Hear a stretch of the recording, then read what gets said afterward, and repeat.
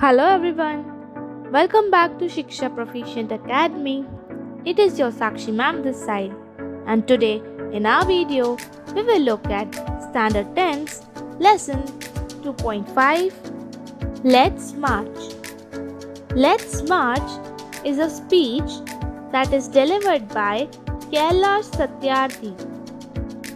Kailash Satyarthi is an Indian children's rights and education advocate. He is a child rights activist and he stands up against child labor.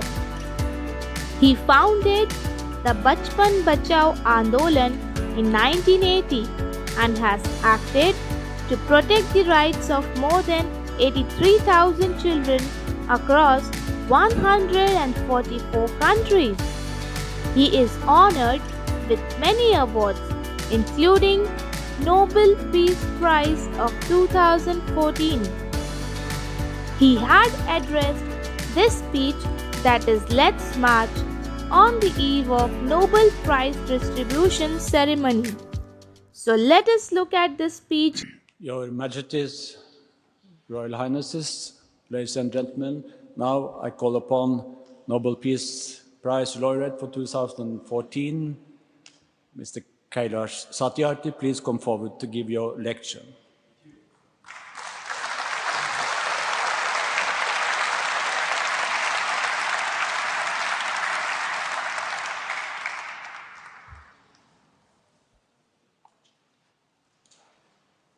दुनिया भर के मेरे प्यारे बच्चों, Your Royal Majesties, Royal Highnesses, my dear daughter Malala, Excellencies, dear brother Tom Harkin, sisters and brothers,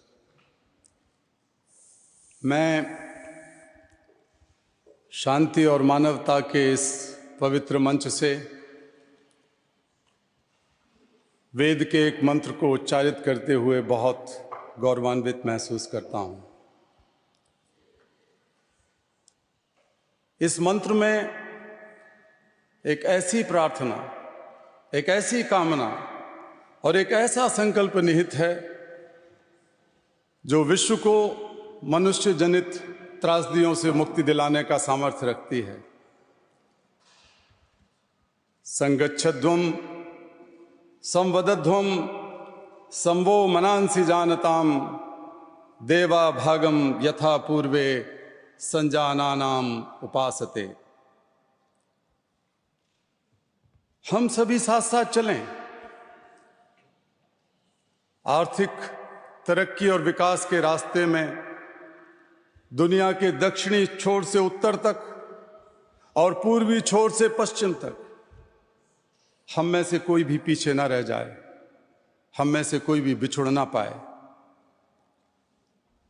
हम सभी साथ साथ बोलें, साथ साथ चिंतन करें और साथ मिलकर एक ऐसे ज्ञान का सृजन करें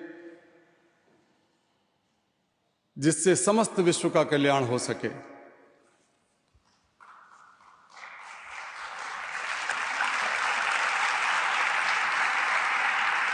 आज मैं सबसे पहले अपने स्वर्गवासी माता पिता को, स्वर्ग से भी महान अपनी जन्मभूमि भारत को और समस्त धरती माता को बहुत विनम्रता से नमन करता हूं। मैं उन हजारों बच्चों को स्मरण करता हूं जिनको आजाद कराने में मैं स्वयं मुक्त होता रहा हूं। मुक्ति की पहली मुस्कुराहट में मैंने बार बार, हर बार उनके चेहरों पर ईश्वर को मुस्कुराते हुए देखा है।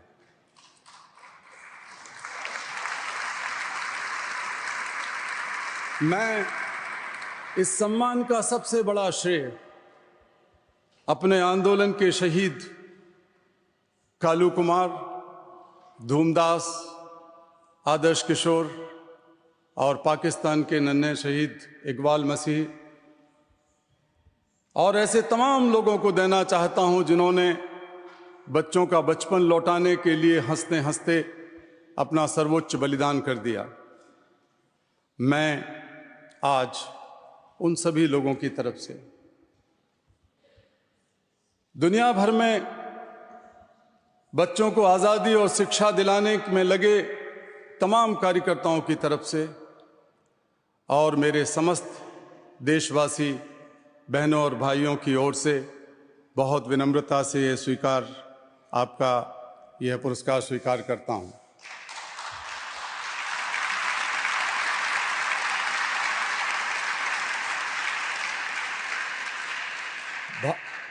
भगवान बुद्ध,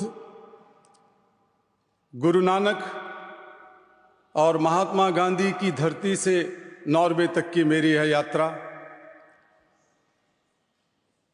विश्व शांति और मानवता के एक छोर को, जो प्राचीन छोर है, दूसरे जो आधुनिक छोर है, उसको जोड़ने की यात्रा मैं मानता हूं। Friends, Nobel Committee has generously invited me to present a lecture.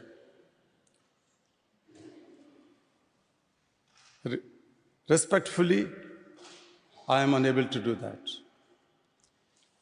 because I am representing here the sound of silence, the cry of innocence, and the face of invisibility. I represent millions of those children who are left behind. And that's why I have kept an empty chair as a reminder. I've come here only to share the voices and dreams of our children, because they are all our children. I have looked into their frightened and exhausted eyes. I have held their injured bodies and I have felt their broken spirits. 20 years ago, in the foothills of the Himalayas, I met a small, skinny child laborer. He asked me, "Is the world so poor that it cannot give me a toy and a book instead of forcing me to take a gun or a tool?" I met a Sudanese child soldier. He was kidnapped by an extremist militia. As his first lesson, he was forced to kill his friends and family. He asked me, "What is my fault?" 12 years ago, a child mother from the streets of Colombia, trafficked, enslaved, raped, asked me this, "I have never had a dream. Can my child have one?" Friends, all the great religions teach us to care for our children. Jesus said, "Let the children come to me. Do not hinder them, for the kingdom of God belongs to them." Holy Quran says, "Kill not your children because of poverty." Friends, there is no greater violence than to deny the dreams of our children. Therefore, I refuse to accept that all the temples and mosques and churches and prayer houses have no place for the dreams of our children. I refuse to accept that the world is so poor when just 1 week of military expenditure can bring all the children to classrooms. I refuse to accept that all the laws and constitutions and police and judges are unable to protect our children. I refuse to accept that the shackles of slavery can ever be more stronger than the quest for freedom. I refuse to accept here.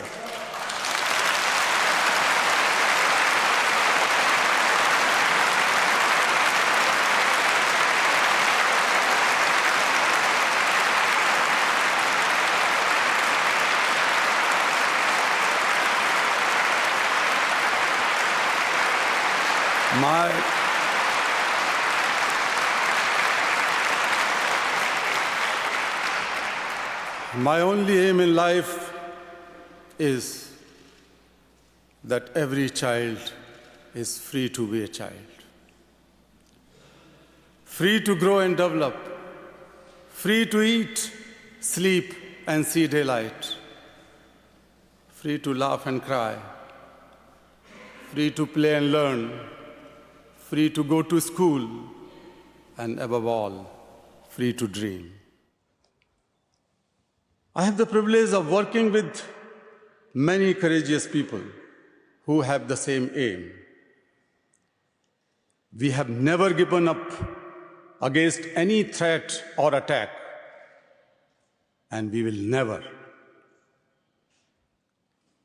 We had made progress in couple of decades. We have reduced the number of out-of-school children by half. We have reduced the number of child laborers by a third. We have reduced child mortality, malnutrition, and we have prevented millions of child deaths. But let us make no mistake. The great challenges still remain. Friends, the biggest challenge or the biggest crisis knocking on the doors of humankind are fear and intolerance. We have utterly failed our children in imparting an education that gives the meaning and objective of life, an education that gives a sense of global citizenship among youth. I'm afraid that the day is not very far when the cumulative result of all this failure will culminate in an unprecedented violence, and that will be suicidal for the humankind. Rights, security, hope can only be restored through education. Young people like Malala, I started calling her my daughter Malala, not just Malala. So my daughter Malala and other daughters, including Kainat, in fact 2 Kainats, and Shazia, and the daughters from Africa and from all over the world. They are rising up and choosing peace over violence, tolerance over extremism, and courage over fear. The solutions are emerging.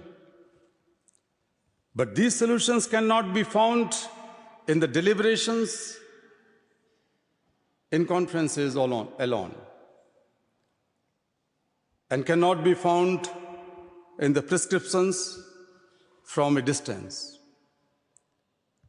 They lie in small groups and local organizations. and individuals who are confronting with the problems every day, even if they remain unacknowledged, unrecognized, and unknown to the world, the solutions are with them.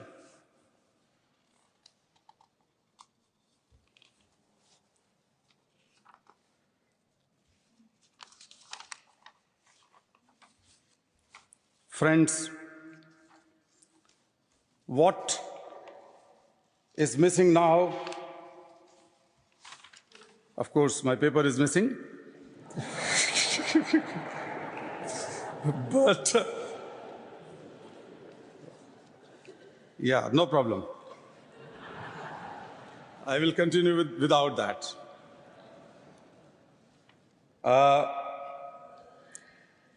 We can do it.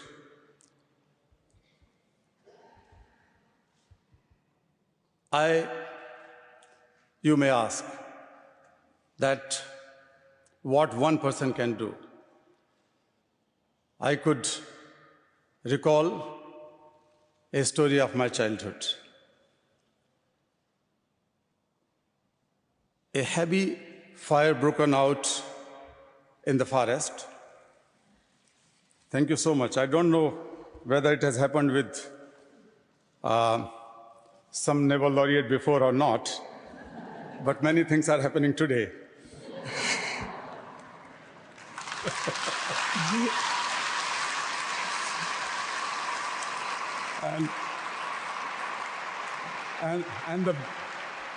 And the best thing happened that a young, courageous Pakistani girl has met an Indian father, and the Indian father met the Pakistani daughter.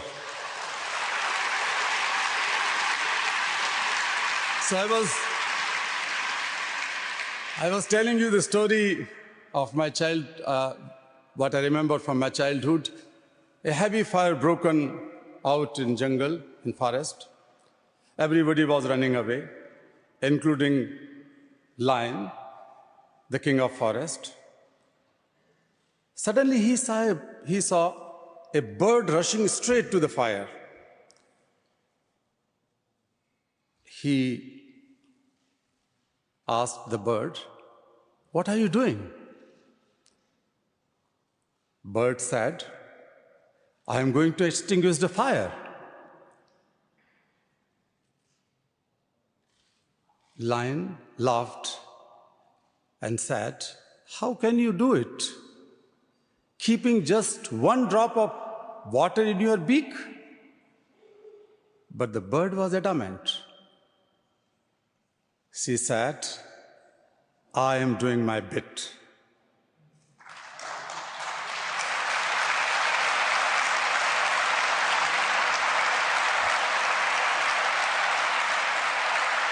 "18 years ago, millions of people, individuals, marched across the globe. They demanded a new international law for the abolition of worst forms of child labor, and it has happened. We did it. Millions of individuals together did it. Friends, we live in an age of rapid globalization. We are connected through high-speed internet. We exchange our goods and services in one single global market. Thousands of flights every day, connect one corner to another corner of the globe. But there is one serious disconnect, and that is the lack of compassion.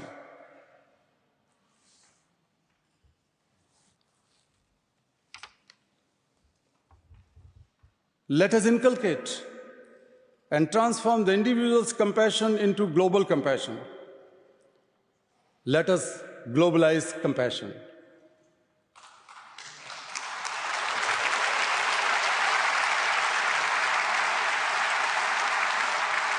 Mahatma Gandhi said, if we are to teach real peace to the world, we shall have to begin with the children. I humbly add, let us unite the world through the compassion for our children.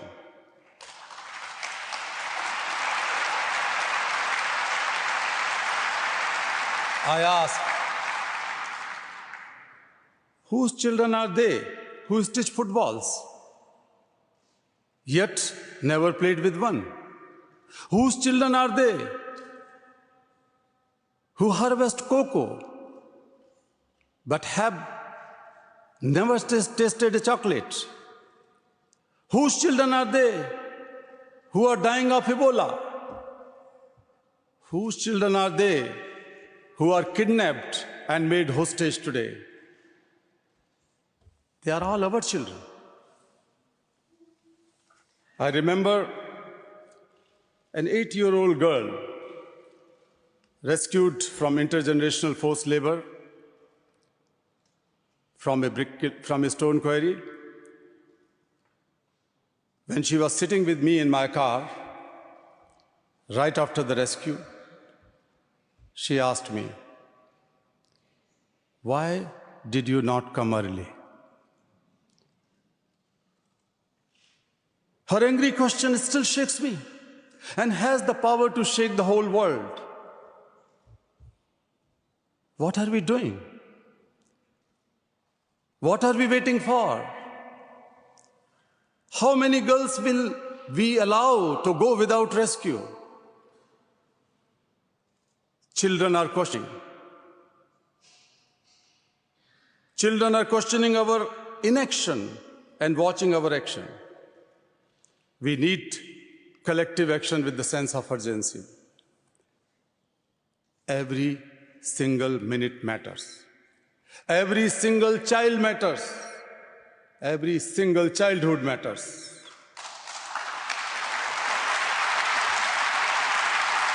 Therefore,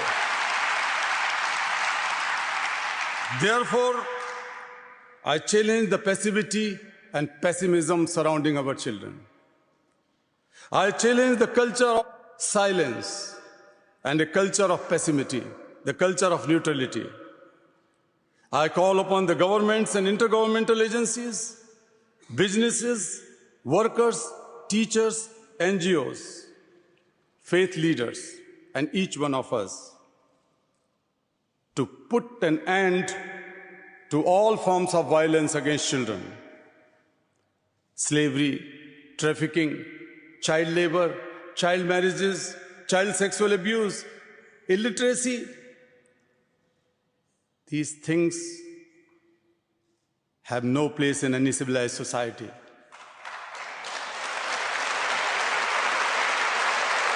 Friends,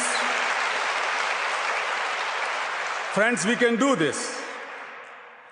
Governments must make child-friendly policies and invest in education and young people. The businesses must be more responsible, accountable, and innovative, ready to innovative partnerships. Intergovernmental agencies must work together to accelerate action. Global civil society must rise above the businesses as usual and fragmented agendas.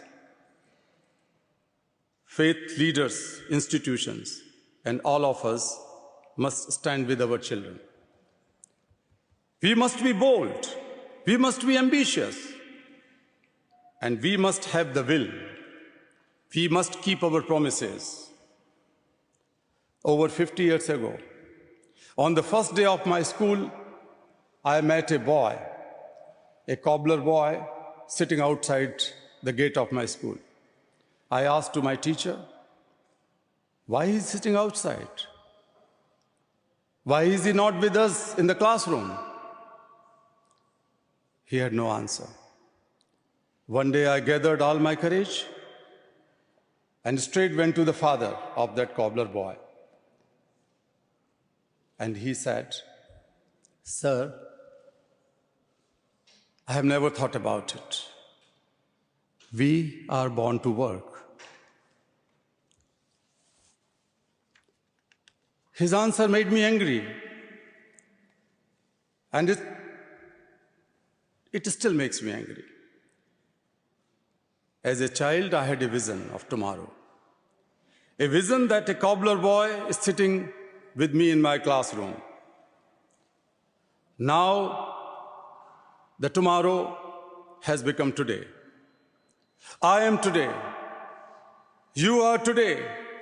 Today is the time for every child to have the right to life, right to freedom, right to health, right to education, right to safety, right to dignity, right to equality, and right to peace.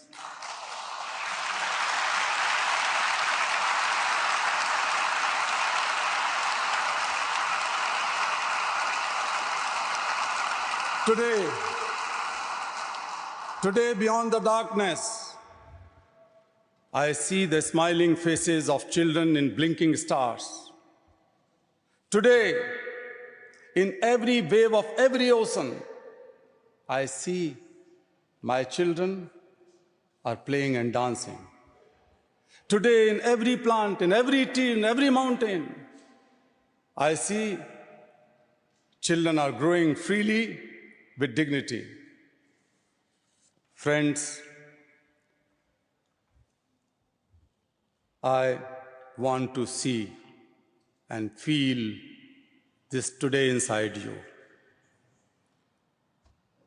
My dear sisters and brothers, as I said, many interesting things are happening today. But may I request you to put your hand close to your heart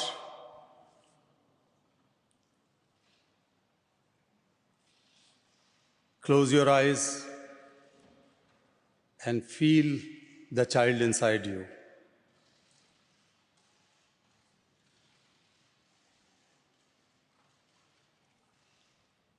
I am sure you can. Listen to that child. Listen, please.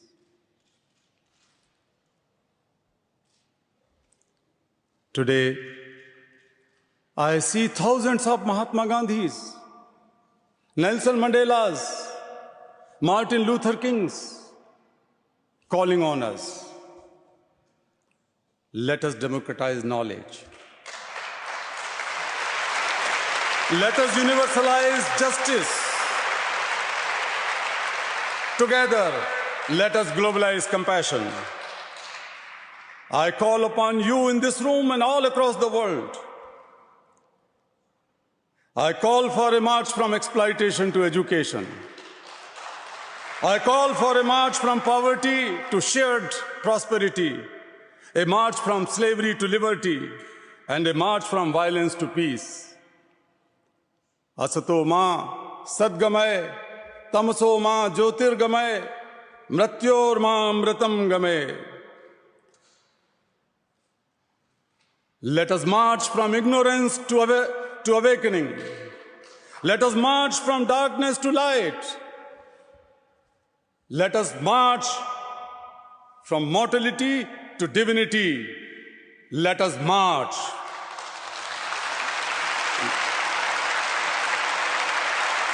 Thank you.